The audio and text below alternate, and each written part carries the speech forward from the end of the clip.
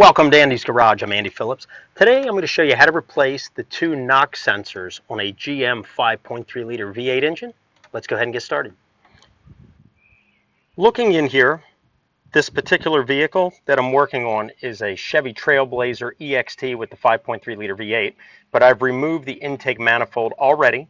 If you want to see how to do that, let's say the vehicle that you're working on is a Chevy Trailblazer as well, you can check out via the link down in the description, also across the top, when I replace the intake manifold gaskets, where I show in depth how to remove it, how to put it back on, disconnect all the fuel lines, all that. As you can see, we already have it to this point here, so I'm not going to cover that in this video. But looking in here, this is your valley pan right here. You have one knock sensor here and another one right back there. Let me show you what's going to be needed now to complete this. First of all, you are going to need your replacement knock sensors right here. Highly recommend going with either AC Delco or genuine GM parts. When you're dealing with sensors and things like that, I don't like to fool around with like aftermarket knockoff parts, so I'd recommend going with the actual product here. Next, you are going to need a ratchet with a 22mm socket to remove the knock sensors. You can see that pattern right there. That's a 22mm. You are going to need a torque wrench to torque them down when you're done. You can disconnect the harnesses here for the knock sensors. You can pull them up. There's one knock sensor here, and the other one is right there. So you can see that there's a hex pattern there, so that's the 22mm socket that'll take those off. They screw in.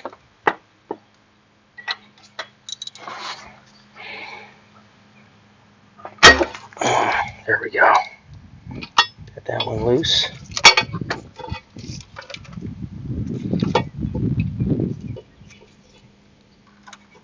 There we are. Come here and grab this one.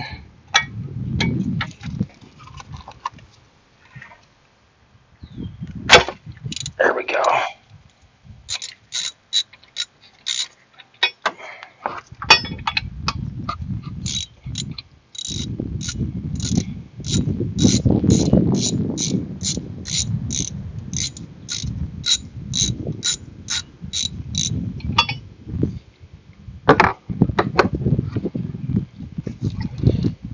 Unscrew it here.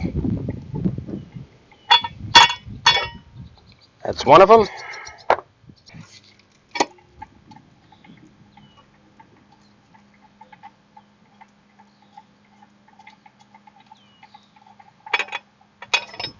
And that's the other one. Lift this out of the way.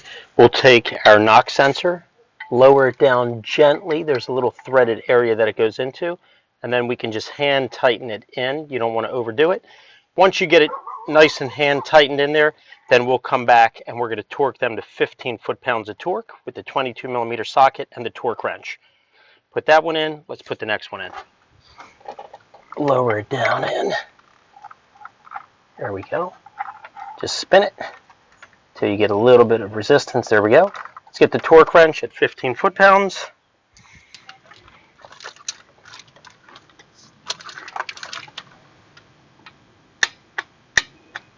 There we are, 15. Let's head down, do the other one.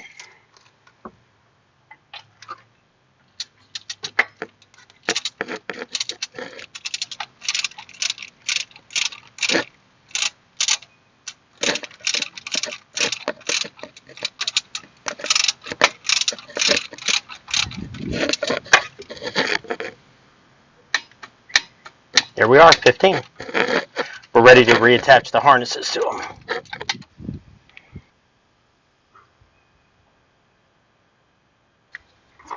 After you replace your knock sensors, it's a good idea to also replace the harness as well. And the reason being is on this one here, I don't know if you can hear it, but the rubber is completely dried out. You have no flexibility to feed the wire through. Normally you want to pull that through so that way you can clip it on to the connector of the knock sensor and then pull it back through.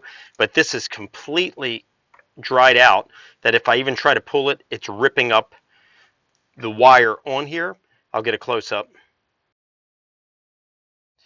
You can see what happened there. It's actually ripping the wire because of this being so dry. Look at that. So dry. If I tap it here, listen to this. Hard as can be, it's all dried out. These are the original ones to my knowledge. So you can pick up, and I'll show you what I did. I picked up this replacement set right here. I'll put along the bottom where I got it, but they're not that expensive.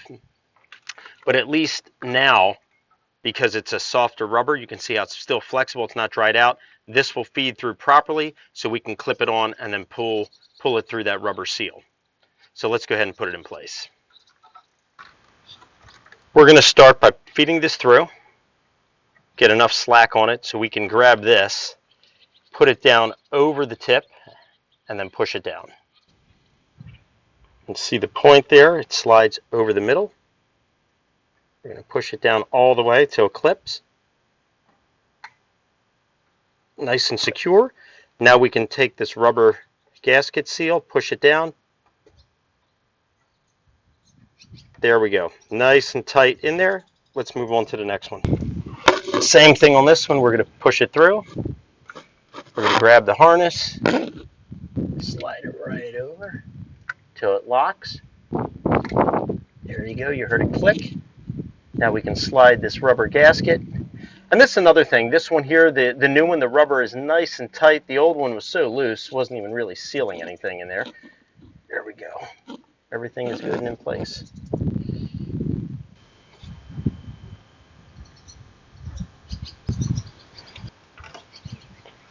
Here's our harness. We're going to pull this off to the side so when we put the intake manifold back in, that doesn't get lost back there, and then we'll bring it around and connect it where it needs to connect on top of the intake manifold, which I'm not going to show in this video. This video was strictly just to show how to replace the knock sensors. And as mentioned already, if you want to see the full video where I show how to remove and reinstall and torque properly the intake manifold, that video is down in the description. Okay, well that wraps up this video on how to replace the knock sensors on a GM 5.3 liter V8. I hope that this video was informative for you. I hope it helped you out with any projects you may be working on. Please send me any questions and comments. I would love to hear from you. And as always, I appreciate all the support. So please like the video, subscribe to this channel as I'm constantly posting new content. I'll see you next time.